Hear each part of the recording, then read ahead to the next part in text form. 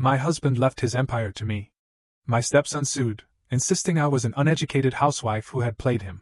He hired the city's top attorney to crush me. As I walked into the courtroom, the opposing lawyer went white, dropped his briefcase, and bowed. It's really you. I can't believe it. My stepson had no idea who I truly was. Can you imagine pouring your heart and soul into a marriage, only for your late husband's own son to drag you into court, screaming that you're nothing but an uneducated, manipulative gold digger? That's exactly what happened to me. They thought they knew me, a simple housewife, easily dismissed. But some truths, once buried, have a way of clawing their way back to the surface when you least expect it. My name is Marcia, and at 67, I thought I'd seen it all. But nothing, absolutely nothing, prepared me for the pain of being called just a housewife, in a courtroom packed with strangers. 6 months had passed since Richard, my beloved husband, left this world, and honestly, it felt like an eternity. Every morning was the same. I'd reach for that chipped ceramic mug, the one he bought me for our 15th anniversary, and sit at the kitchen table where we'd shared 20 years of breakfasts. That house, our home, it felt too big now, too quiet. It was full of memories, you know?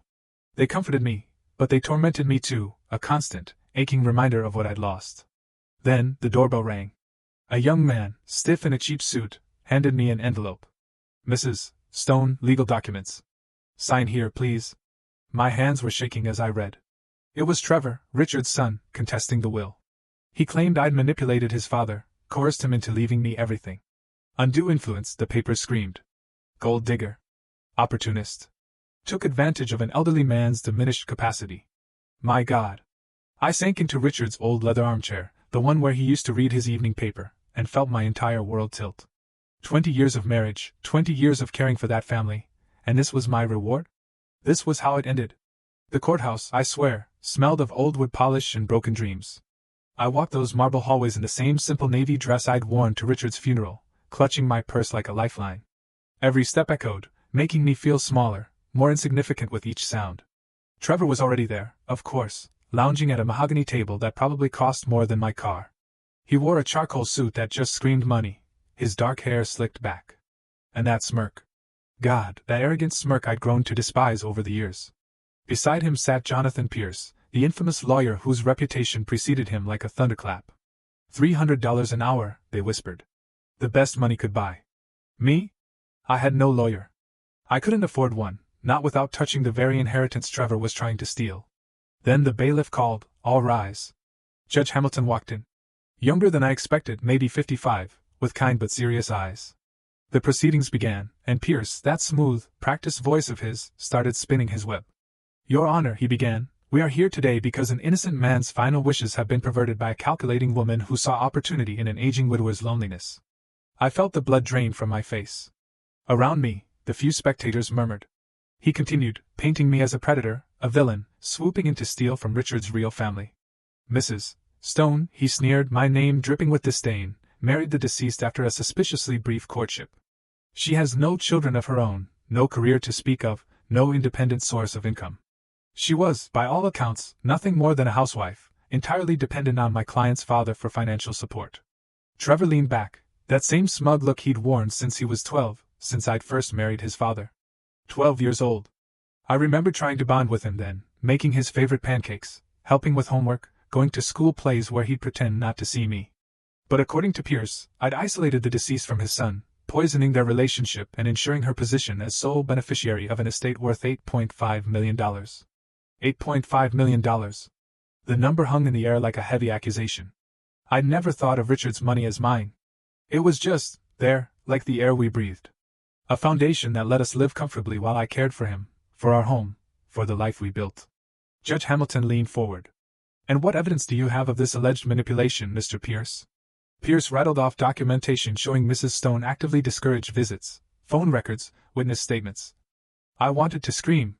Those discouraged visits were because Trevor only came around when he needed money. Those phone records were me, desperately trying to reach Trevor when his father was dying, begging him to come home one last time. But how do you prove love in a courtroom? How do you demonstrate 20 years of caring, in a language the law understands? Pierce gestured toward me, so dismissively. Your Honor, we're dealing with a classic case of elder abuse. A woman with no marketable skills, no education beyond high school, who latched onto a vulnerable man and systematically turned him against his only child. That's when Trevor finally spoke. He looked right at me, a cruel smirk on his face. She is just a housewife. He laughed. Laughed. The sound echoed, a slap across my face. Look at her, he sneered.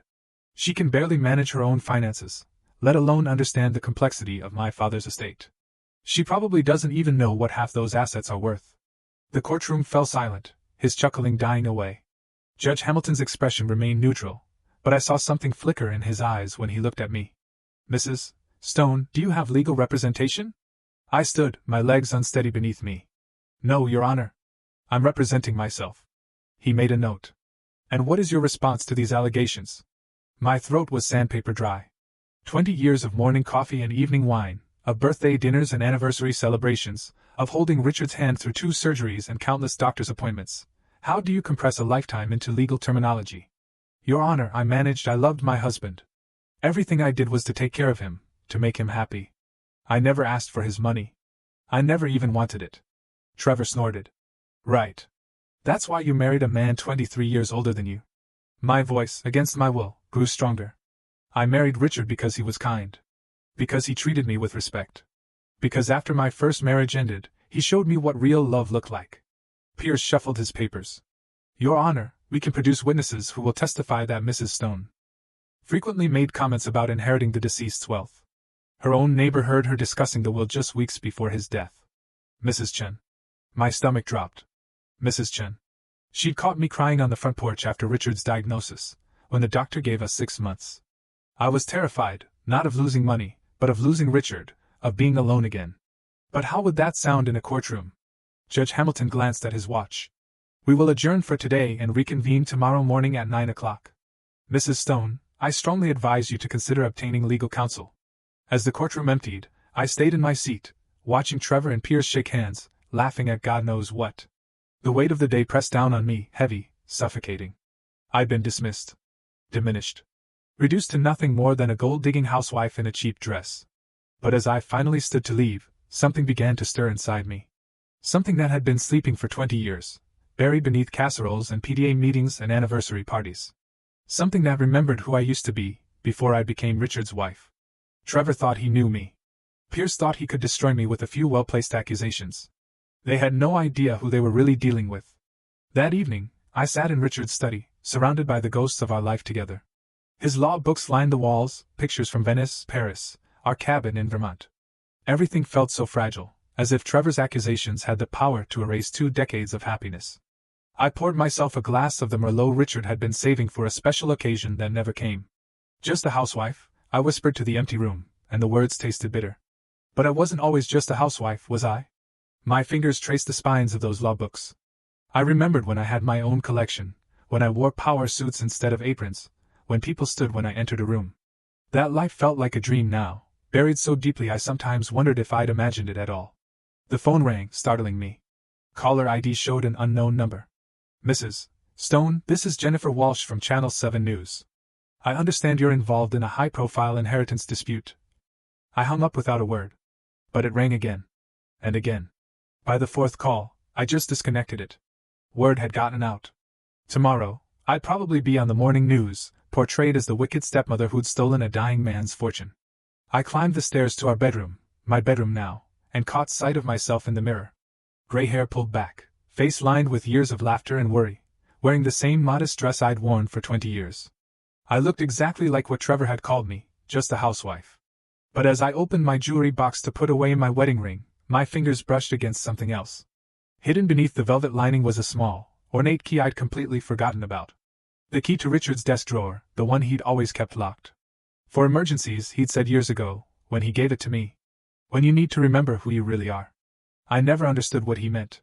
Until now.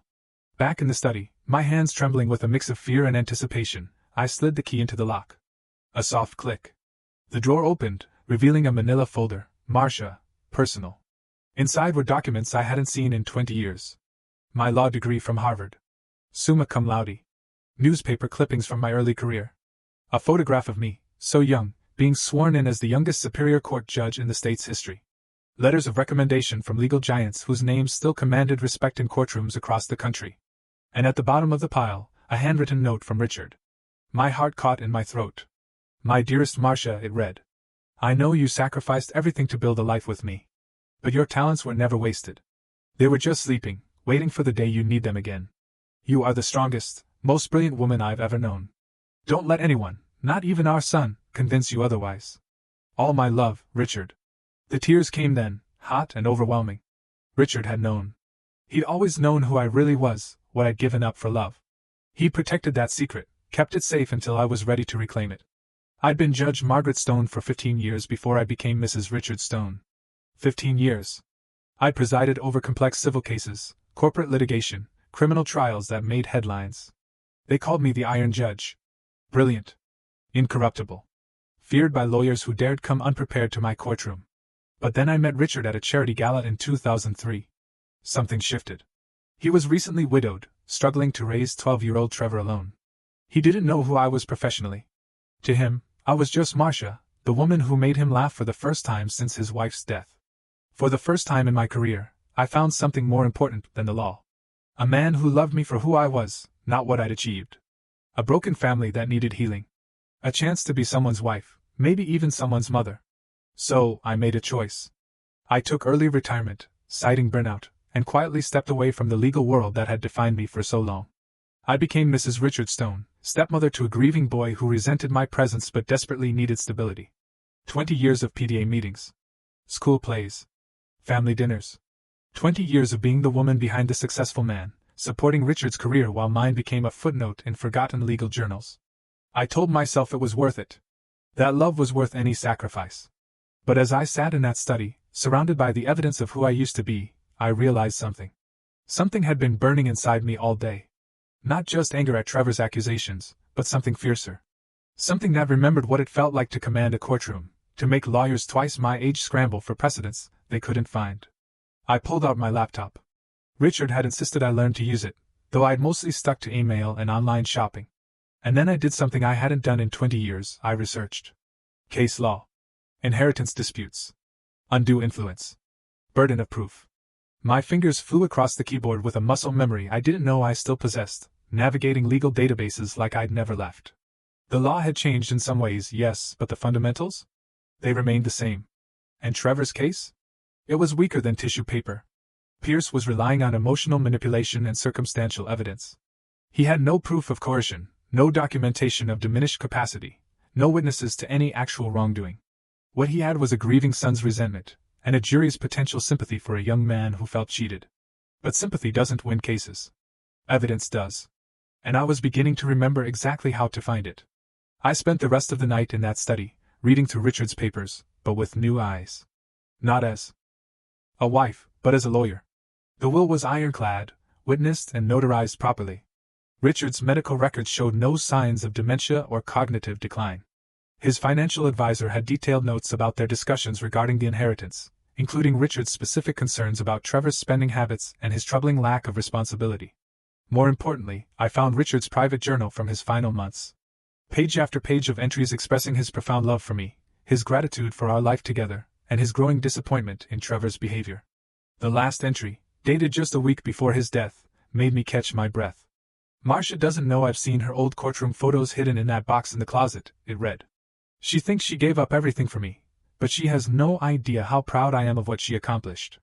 If anything happens to me, I know Trevor will try to hurt her. He's never forgiven her for taking his mother's place in my heart. But my Marcia is stronger than she knows. She's forgotten what she's capable of, but I haven't. She's going to surprise everyone. I closed the journal, looking around the study with fresh eyes. This wasn't just Richard's space. It had been mine, too, long before I ever met him. And tomorrow, when I walked back into that courtroom, I wouldn't be walking in as just a housewife. I would be walking in as Judge Margaret Stone. Trevor thought he could intimidate me with his expensive lawyer and his flimsy accusations. He thought I was nothing more than the woman who'd cooked his dinners and washed his clothes for 20 years. He was about to learn how wrong he'd been about everything. The second day in court arrived with a crispness that matched my newfound resolve. I dressed carefully, choosing the same navy dress, but this time, I carried myself differently. My spine was straighter. My steps more measured. I was still playing the role of the grieving housewife, but underneath, something powerful had awakened. Trevor and Pierce were already there, deep in conversation. Pierce looked confident, almost bored. Trevor still had that smirk, occasionally glancing my way as if I were an amusing sideshow. Judge Hamilton entered promptly at 9 o'clock, and I noticed something I'd missed yesterday: the careful precision of his movements. He reminded me of the young attorneys who used to appear in my courtroom, the ones who'd studied every precedent and still trembled when they stood to speak. "Mr. Pierce," Judge Hamilton said, "you may call your first witness." "Thank you, Your Honor. I'd like to call Mrs. Elizabeth Chin to the stand." My stomach clenched. My neighbor. Mrs. Chin had lived next door for 8 years. I'd helped her with groceries, brought her soup. But as she settled into the witness chair, she wouldn't meet my eyes. Pierce approached her with the practiced ease of a predator. "Mrs. Chin, how well did you know the deceased, Richard Stone?" "Pretty well. He was a good neighbor, very kind man." "And his relationship with his son, Trevor?" Mrs. Chin shifted uncomfortably. "Well, I didn't see Trevor visit very often in the last few years." "Did Mrs. Stone ever discuss this with you?" "Sometimes." Her voice was barely above a whisper. She seemed frustrated by it. Pierce nodded encouragingly. "Can you tell the court about a specific conversation you had with Mrs. Stone regarding the inheritance?" My heart hammered. I knew what was coming. "It was about 2 months before Richard died," she said. "I found her crying on her front porch. She was upset about his diagnosis, the cancer, you know." "And she said?" Mrs. Chin paused, glancing at me with guilt. "She said she was scared of what would happen to her when he was gone, that she'd given up everything for him, and Trevor would probably try to take it all away from her." The courtroom was dead silent. Pierce let the words hang in the air like smoke. "Did she mention the will specifically?" "She said Richard had promised to take care of her, but she was worried Trevor wouldn't honor that promise." Pierce smiled. "No further questions." "Mrs. Stone," Judge Hamilton looked at me. "Do you wish to cross-examine the witness?" I stood slowly, my legs steadier than they'd been yesterday. Something was stirring in my chest. Not panic, but pure, cold calculation. "Yes, Your Honor." I approached Mrs. Chin, noting how she flinched. Poor woman. She had no idea she was about to become my first piece of evidence that things weren't what they seemed. "Mrs. Chin, you testified that I was crying on my porch when we had this conversation. Can you tell the court why I was crying?" She blinked, clearly not expecting the question. Because Richard was dying."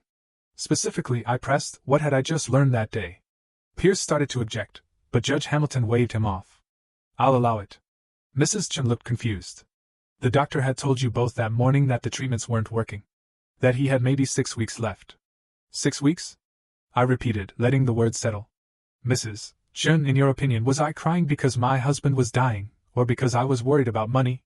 "Because he was dying," she said immediately, then looked stricken as she realized what she'd admitted.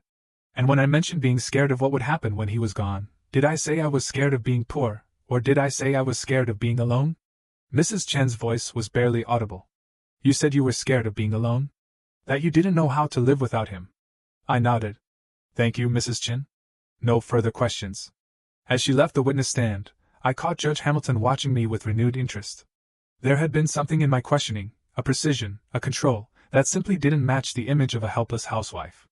Pierce called 2 more witnesses, but with each, my confidence grew. The banker admitted Richard had been reorganizing finances to make them easier for me to manage after his death. The colleague conceded Richard's confusion was frustration with his own former law firm. By lunch break, I could see doubt creeping into Pierce's expression. Trevor, however, remained smugly confident. "You're doing better than expected, Mrs. Stone," Judge Hamilton said quietly as we prepared to recess. "But I have to ask, what's your full legal name?" The question hit me like electricity. "I'm sorry, Your Honor?" My mouth went dry. This was it. The moment I'd been both dreading and anticipating. "For the court records, your full legal name." "Margaret Stone, Your Honor," I said, "but I go by Marcia." Judge Hamilton's pen froze over his notepad. His eyes snapped up to mine, and I saw the exact moment recognition dawned. "Margaret Stone," he repeated slowly. "As in, Judge Margaret Stone?" The courtroom went deadly silent. Trevor's head whipped around to stare at me. Pierce's confident expression cracked like thin ice. "I was Judge Margaret Stone," I said quietly. "I retired 20 years ago." Trevor shot to his feet. "What? That's impossible. You're just a housewife." "Yes, I finished for him," my voice dangerously calm. "I heard you yesterday." Pierce was frantically whispering to Trevor, both of them looking like they'd seen a ghost. Judge Hamilton was staring at me with something approaching awe. "Your Honor," Pierce stammered, his voice strained. "This is the first we're hearing of any legal background. We request time to what, Mr. Pierce?" Judge Hamilton's voice was sharp. To research the woman you've been calling an uneducated gold digger? Did you not investigate the background of the opposing party? Pierce's face was utterly pale. We conducted standard background checks, Your Honor. There was no indication of any legal career. Because I took my husband's name and retired from public life, I said simply, but my bar membership is still active. I've kept up with continuing education requirements. I am, in fact, qualified to represent myself in this matter. The weight of what was happening began to settle over the courtroom. Trevor looked like he was about to be sick. Pierce was desperately shuffling papers, as if he could find some magic solution. But Judge Hamilton looked at me with the kind of respect I hadn't seen in 20 years. Judge Stone, he said formally, I had the honor of appearing before your court several times as a young attorney. You were formidable. A small smile tugged at my lips. I tried to be fair, Your Honor. You were both fair and brilliant. He turned to Pierce. Mr. Pierce, I suggest you use the lunch recess to reconsider your strategy. Court will reconvene at 2 o'clock. As the courtroom emptied, I remained seated, feeling a profound transformation. The mask I'd worn for 20 years was finally slipping, and underneath, Judge Margaret Stone was waking up. Trevor approached my table, his face twisted with rage and confusion. This is impossible, he spat. You can't be a judge. Judges don't just become housewives. I looked up at him, really looked at him, for the first time in years. Not as his stepmother. Not as the woman who'd tried so hard to earn his love. But as the judge who'd spent 15 years sizing up liars and manipulators. Some of us, I said quietly, my voice resonating with an authority he never heard, choose love over power, Trevor. But that doesn't mean we forget how to fight when we need to. His mouth opened and closed like a fish gasping for air. Behind him, Pierce was making frantic phone calls, probably trying to figure out how badly they just miscalculated. As I gathered my things to leave for lunch, I felt lighter than I had in months. The grief was still there, of course. I would always miss Richard. But underneath it was something I had thought was gone forever. The thrill of the hunt. The satisfaction of watching a weak case crumble under scrutiny. Judge Margaret Stone was back. And she was ready for war. The afternoon session felt different from the moment I walked back into that courtroom. Word had spread like wildfire during the lunch break. I could feel it in the way people looked at me, in the hushed conversations that stopped when I passed. The local legal community was small, and apparently, the return of Judge Margaret Stone was monumental news. Trevor sat slumped in his chair like a deflated balloon. Pierce kept glancing at me with the expression of a man who just realized he'd brought a knife to a gunfight. But it was Judge Hamilton's demeanor that had changed most dramatically. Where yesterday he looked at me with polite sympathy, now there was something approaching deference in his eyes. Before we proceed, Judge Hamilton said, once court was in session, I want to address what was revealed this morning. Mrs. Stone, I need to ask, are you planning to continue representing yourself, or will you be seeking counsel? I stood, and for the first time in 20 years, I felt the full weight of my professional authority settle around my shoulders like a familiar, perfectly tailored coat. I will continue representing myself, Your Honor, I stated, my voice clear and unwavering. I believe I'm adequately qualified. A ripple of quiet laughter went through the courtroom. Judge Hamilton's lips twitched. I think that's safe to say. Mr. Pierce, do you wish to continue with your case as planned? Pierce looked like he wanted to disappear into the floor, but he nodded. Yes, Your Honor. I'd like to call Trevor Stone to the stand. This would be interesting. I'd watched Trevor lie to his father, to teachers, to girlfriends, and to himself for 20 years. But he'd never been cross-examined by someone who'd spent 15 years spotting deception from the bench. Trevor took the oath with all the swagger he could muster, but I could see the nervousness in the way he kept glancing at me. Pierce led him through his testimony carefully. The distant relationship with his father, the sudden marriage to a much younger woman, the isolation he claimed to have experienced.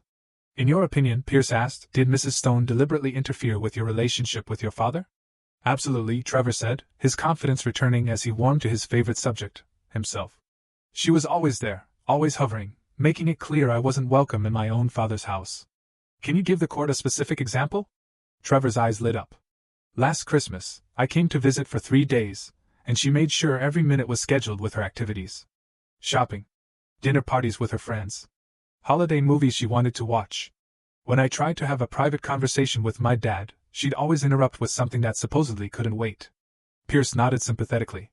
How did this make you feel? Like she was deliberately keeping me from my father. Like she was afraid of what he might say if we were alone together. It was a compelling story, delivered with just the right amount of wounded emotion. If I'd still been the grieving housewife from yesterday morning, it might have devastated me. But I wasn't her anymore. Mr. Pierce, Judge Hamilton said, your witness? I stood and approached Trevor with measured steps. He tried to maintain his confident expression, but I could see the first cracks forming. Trevor, I said, my voice carrying the authority I'd forgotten I possessed. You testified that you came to visit your father last Christmas for 3 days. Is that correct? Yes. And before that visit, when was the last time you'd seen your father? Trevor shifted in his seat. I don't remember exactly. Let me help refresh your memory. I pulled out a document from the folder I'd compiled the night before.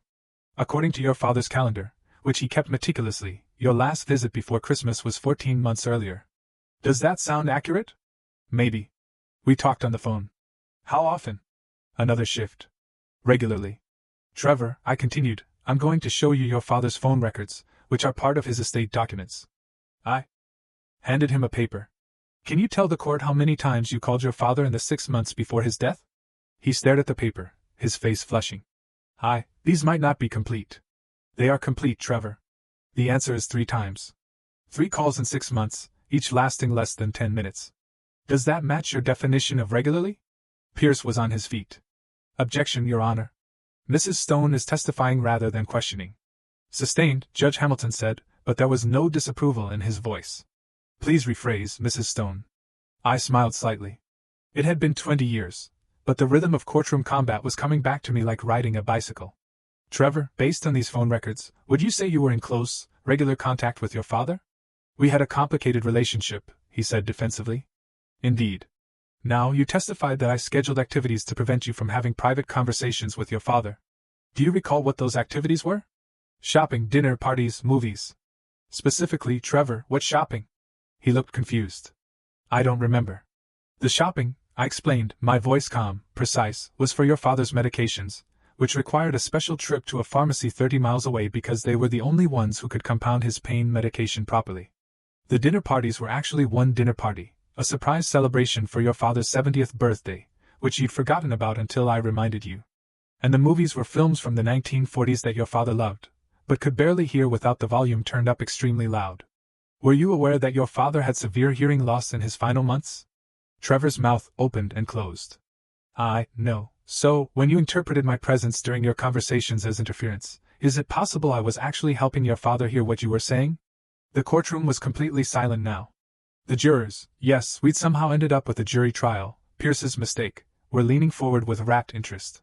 And Trevor, I continued, my voice softening just slightly, you mentioned being made to feel unwelcome in your father's house when you arrived for that Christmas visit. Where did you sleep? In my old room. The room I'd spent 3 weeks preparing for your visit. The one where I'd hung your high school baseball trophies and put out fresh flowers and your favorite snacks.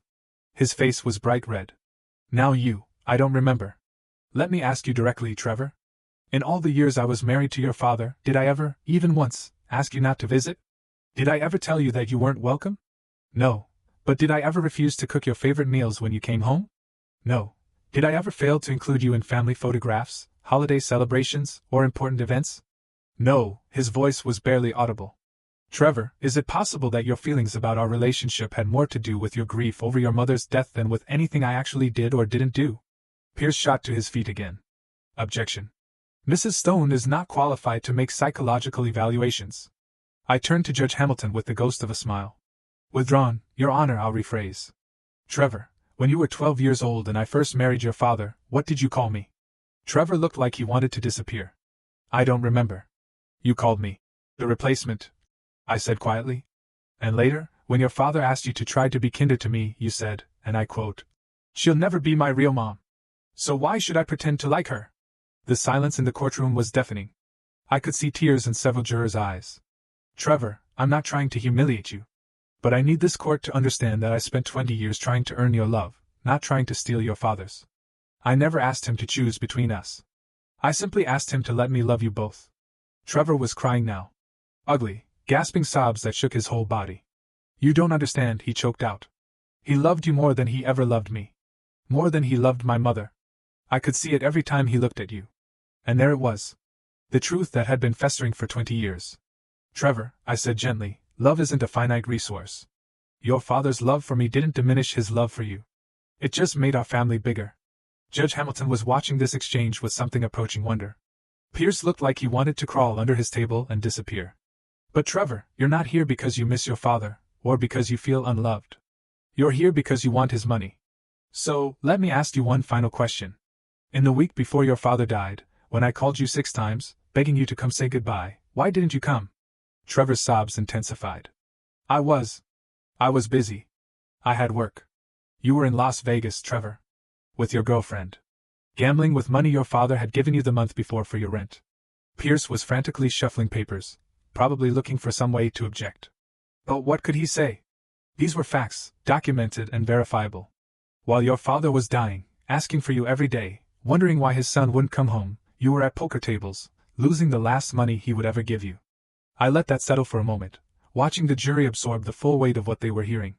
So, when you stand before this court and claim that I manipulated your father, that I stole your inheritance, that I turned him against you, I want you to remember that you did all of that yourself. I just loved him enough to hold his hand while he waited for a son who never came home. Trevor collapsed completely, his whole body shaking with the force of his grief and shame. Judge Hamilton called for a brief recess, but the damage was done. As the courtroom emptied, Pierce approached my table with the look of a man facing his own execution. Judge Stone, he said quietly, I think we may need to discuss a settlement. I looked up at him with the cold precision that had once made seasoned attorneys break into nervous sweats. Mr. Pierce, 24 hours ago, you called me an uneducated housewife who manipulated a dying man. You questioned my intelligence, my integrity, and my right to be loved. Now you want to settle? He swallowed hard. Perhaps we were overzealous in our initial approach. Perhaps I agreed. But I'm not interested in settling anymore. I'm interested in justice. And I'm very, very good at getting it. As Pierce walked away, I felt the last vestiges of the grieving housewife fall away completely. Judge Margaret Stone had returned. And she was ready to finish what they'd started. The next morning brought an unseasonable chill to the courthouse steps, but I felt warmer than I had in months. Word of yesterday's revelation had spread through the legal community overnight. As I walked through the marble hallways, I caught whispered conversations, respectful nods from attorneys I didn't recognize, and something I hadn't experienced in 20 years, the electric atmosphere that surrounds a courtroom legend.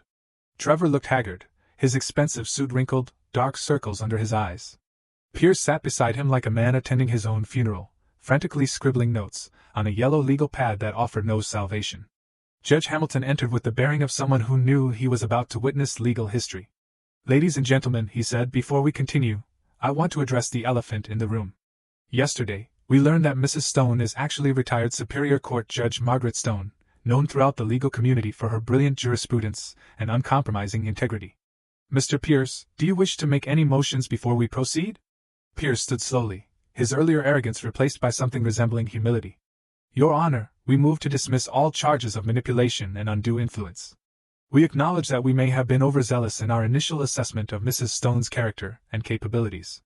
I felt a cold smile tugging at my lips. 24 hours ago, this would have been victory enough. But something had changed during the long night I'd spent preparing. This wasn't just about the inheritance anymore. It was about justice for every woman who'd ever been dismissed, diminished, or called just a housewife. I stood before Pierce could sit down. Your Honor, I object to the dismissal. Judge Hamilton raised an eyebrow. Mrs. Stone, the plaintiff is attempting to withdraw their case in your favor. You're objecting to winning? I'm objecting to settling for less than the full truth, Your Honor. Mr. Pierce and his client have made serious allegations about my character, my competence, and my fitness to inherit my late husband's estate. I believe this court and the public record deserves to hear all the evidence before we conclude these proceedings. I could see understanding dawning in Judge Hamilton's eyes. He'd been a young attorney when I was on the bench, and he remembered my reputation for thorough, uncompromising justice. Very well, he said. Mrs. Stone, you may present your case. I had spent the entire night preparing for this moment. And I was ready. Your Honor, I call Richard Stone to testify. A murmur rippled through the courtroom. Pierce shot to his feet. Objection. The witness is deceased. Not Richard Stone himself, Mr. Pierce, I clarified, my voice unwavering. Richard Stone's voice, preserved in video testimony he recorded 3 months before his death, specifically in case his will was ever contested. The silence that followed was deafening. Trevor's face went white as I approached the bailiff with a tablet containing the video file I'd found hidden in Richard's computer files the night before. Your Honor, I said, my husband was a meticulous man who understood human nature better than most. He knew that his son might challenge this will, and he wanted his own voice to speak from beyond the grave. The courtroom's attention focused on the large screen as Richard's face appeared, gaunt from his illness, but his eyes still sharp with intelligence and determination. My name is Richard Stone, his recorded voice began. And I am of sound mind and body as I record this on March 15, 2024. I am creating this testimony because I fear that after my death, my son Trevor will attempt to contest my will and vilify my beloved wife Marcia in the process. Trevor slumped in his chair as his father's voice filled the courtroom with an authority that death couldn't diminish. Let me be clear about several things. First, I was never manipulated, coerced, or unduly influenced by Marcia. Every decision I made regarding my estate was mine alone, made with full knowledge of my son's character and behavior patterns that I observed over 35 years of his life. Richard's image leaned forward slightly, his gaze seeming to look directly at Trevor through the screen. Trevor, if you're watching this, I want you to know that I loved you. I always loved you. But love doesn't blind a parent to their child's failings. You are irresponsible with money. I bailed you out of debt 17 times in the past 10 years. You are unable to maintain steady employment despite every advantage I've given you. And most painfully, you have shown nothing but contempt for the woman who tried to love you like her own son. I watched Trevor's face crumble as 20 years of denial crashed down around him. Marcia sacrificed more for our family than you'll ever understand, Richard continued. She was Judge Margaret Stone, one of the most respected jurists in this state's history. She gave up a career that most lawyers only dream of because she loved me and wanted to build a life with us. She cooked your meals, attended your games, helped with your homework, and endured your cruelty with patience I didn't deserve. The courtroom was completely silent, except for the soft sound of Trevor's weeping. I am leaving my estate to Marcia, not because she manipulated me, but because she earned it through 20 years of unwavering devotion. She nursed me through 2 surgeries, held my hand through chemotherapy, and never once complained about the burden I became in my final months. She deserves every penny, and she deserves to live her remaining years in the comfort and security that her sacrifices have earned. Richard's voice softened slightly. Trevor, I pray that someday you'll understand that your anger toward Marcia was never really about her. It was about losing your mother, and being afraid to let anyone else love you. But that's not Marcia's fault, and it's not her responsibility to pay for your inability to heal. The video ended, leaving the courtroom in stunned silence. I could see jurors wiping their eyes, court reporters looking shaken, even the bailiff standing a little straighter out of respect for what they'd just witnessed. Mr. Pierce, Judge Hamilton cleared his throat. Do you wish to cross-examine this testimony? Pierce looked like he'd aged 10 years in the span of 20 minutes. No, Your Honor, no questions. Mrs. Stone, do you have additional evidence to present? I moved to my table and lifted a thick folder I'd compiled during my sleepless night. Yes, Your Honor. I have documentation showing that Trevor Stone has borrowed approximately $137,000 from his father over the past 15 years, none of which has been repaid. I have records showing that he was asked to leave 3 different jobs for excessive absences and unprofessional conduct. And I have witnesses who can testify to his pattern of appearing at his father's home only when he needed money. I paused, letting the weight of evidence settle over the courtroom like dust after an explosion. But more importantly, Your Honor, I have this. I held up Richard's private journal, the one I'd found in his locked drawer. My husband's personal thoughts and feelings about his relationship with his son, recorded over the final year of his life. Thoughts that show not manipulation, but heartbreak. Not undue influence, but a father's desperate hope that his son would someday grow into the man he'd raised him to be. Trevor was openly sobbing now, his shoulders shaking with the force of 20 years' worth of suppressed grief and guilt. Your Honor, I said, my voice carrying the authority of both my legal training and my personal pain. This case was never about money. It was about a young man who couldn't accept that his father loved his stepmother, not instead of him, but alongside him. It was about grief turned to greed and entitlement masquerading as injustice. I turned to face Trevor directly. I tried to love you for 20 years, Trevor. I failed, but not for lack of trying. Your father left me his estate because he knew I would honor his memory and protect what he built. You're challenging that not because you were wrong, but because you feel wrong. And there's a difference. Judge Hamilton leaned forward. Mrs. Stone, what are you asking this court to do?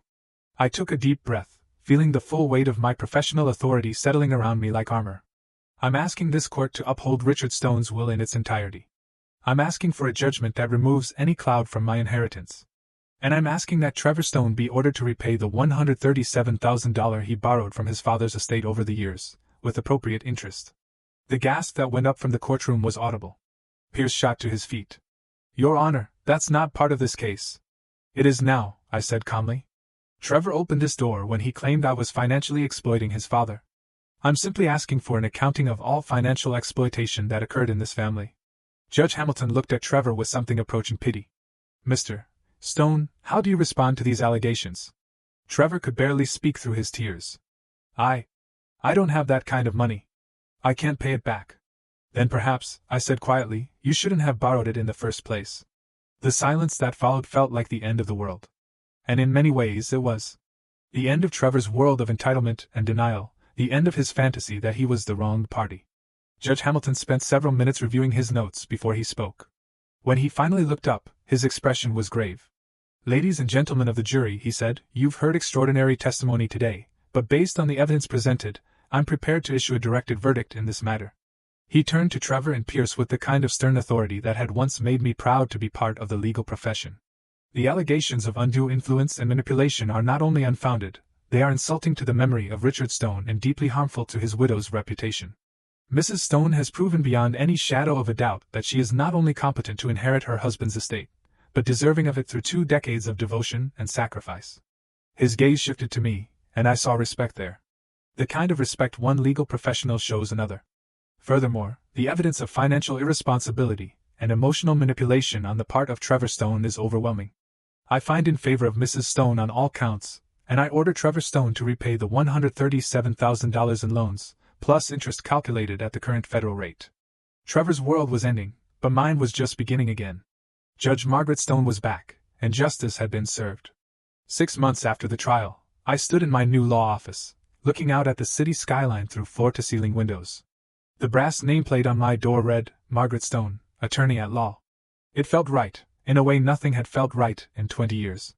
The inheritance case had made headlines throughout the legal community, not just for the dramatic courtroom revelation, but for what happened afterward. Within weeks of the verdict, I'd received dozens of calls from women in similar situations. Widows whose stepchildren were contesting wills, wives whose families dismissed them as just housewives, women who'd sacrificed careers for love and found themselves fighting for respect in their later years.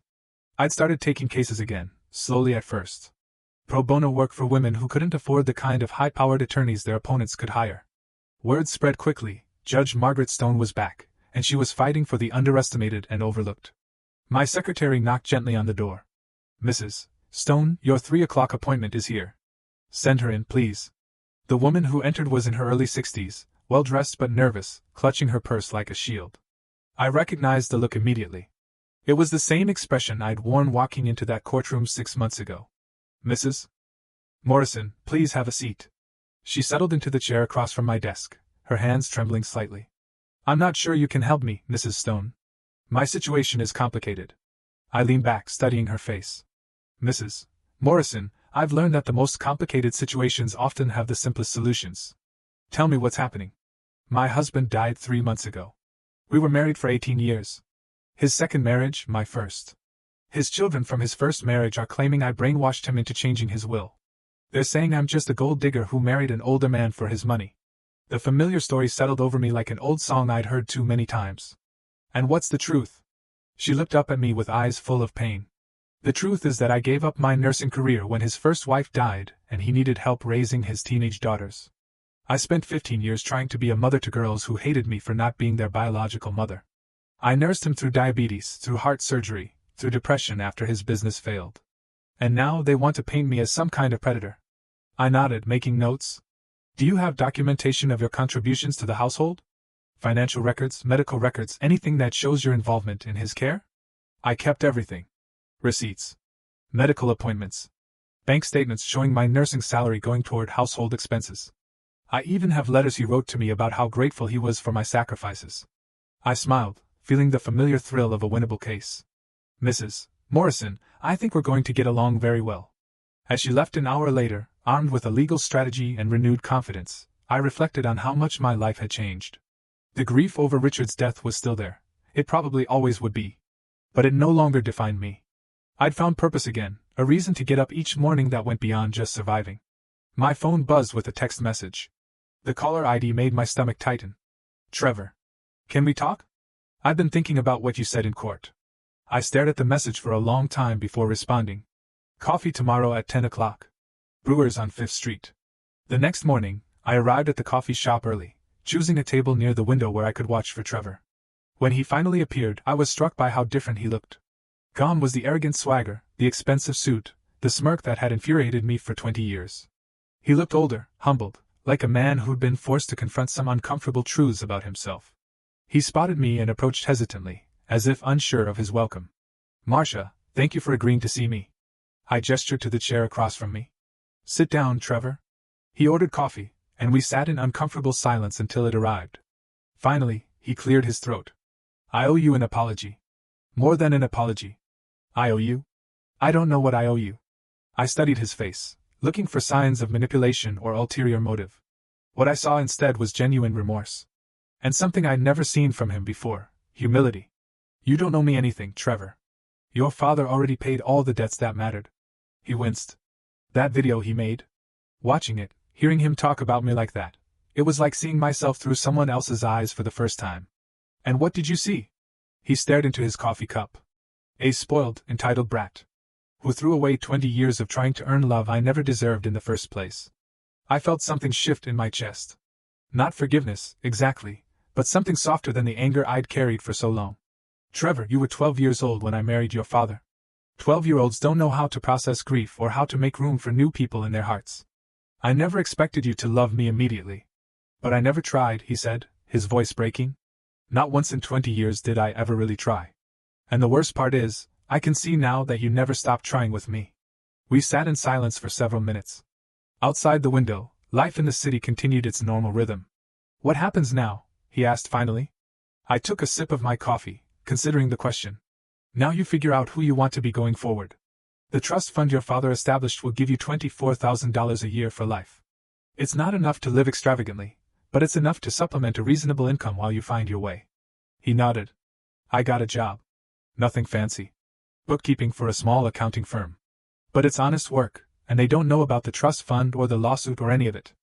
I'm just Trevor Stone, the guy who shows up on time and does his job." Something in his tone told me this was significant progress. "How does that feel?" "Terrifying. And liberating. I've never had to be responsible for myself before. Dad was always there to bail me out, and I knew it. Even when I was angry at him, I knew he'd never really let me fail completely. And now? Now I have to succeed or fail on my own merits. It's the first time in my life I've ever really tried to earn something instead of just expecting it to be given to me." We talked for another hour, carefully navigating 20 years of hurt and misunderstanding. It wasn't forgiveness. That would take time, if it came at all. But it was a beginning. A recognition that we were both different people than we'd been in that courtroom 6 months ago. As we prepared to leave, Trevor hesitated. "Marcia, there's something else. I've been going to therapy, trying to understand why I was so angry for so long. And I realized something." I waited. "I wasn't angry at you for taking Dad's love away from me. I was angry at you for showing me what real love looked like and realizing I'd never learned how to give it." The words hit me like a physical blow. After 20 years of believing Trevor hated me, the truth was somehow more devastating. He'd been afraid of me. "Trevor, I watched you take care of him when he was sick. I watched you put his needs first, always. I watched you sacrifice things you wanted for things we needed. And I knew I wasn't capable of that kind of selflessness. It made me feel small and selfish. And instead of trying to grow into someone better, I just resented you for being everything I wasn't." I felt tears pricking at my eyes. "You were a child, Trevor. You weren't supposed to know how to love like that yet. But I'm not a child anymore. And if there's any chance at all, that we could figure out how to be a family, even this late, even after everything I've done, I'd like to try." I looked at this man who'd been my stepson for 20 years, but had never really been my family. And I saw something I'd never seen before: genuine vulnerability. A genuine desire to change. "It would take time," I said carefully. "There's a lot of hurt to work through. I have time. And if you're willing, I'd like to start with getting to know the woman who was important enough for my father to change his entire will to protect." I stood to leave. At the door, I turned back. "Trevor, your father loved you. He never stopped loving you. Not even when he was disappointed in you. I hope you know that." His eyes filled with tears. "I'm starting to." 6 months later, I stood in the same courtroom where everything had changed. This time, I was representing a 72-year-old woman whose stepchildren were trying to have her declared incompetent. The opposing counsel was young, cocky, clearly believing this would be an easy victory against an elderly widow. They had no idea who they were dealing with. As I rose to deliver my opening statement, I felt the full weight of my authority, my experience, and my renewed purpose settle around me like armor. I was Judge Margaret Stone, attorney at law, protector of the underestimated and defender of the dismissed. And I was exactly where I belong. "Your Honor," Ladies and gentlemen of the jury, I began, my voice carrying the confidence of a woman who'd found her way back to herself. This case is about more than an inheritance. It's about a society that assumes a woman's worth diminishes with age, that believes a widow's grief makes her an easy target for exploitation. I paused, letting my eyes sweep across the courtroom. Today, we're going to prove them wrong. Behind me, in the gallery, sat Mrs. Morrison, whose case I'd won 3 months earlier. Next to her was Mrs. Chin, the neighbor who testified against me, but had later become one of my strongest advocates. And in the back row, wearing a simple suit and looking nervous but proud, sat Trevor. My family. Not the one I'd been born into or married into, but the one I'd built through battle, through loss, through the decision to stop hiding who I really was. The phoenix had risen from the ashes, and she was ready to fight. Now I'm curious about you. If you were in my shoes, what would you have done? Have you ever faced something like this, where people completely underestimated you? Tell me what you think in the comments below. I really want to know your stories.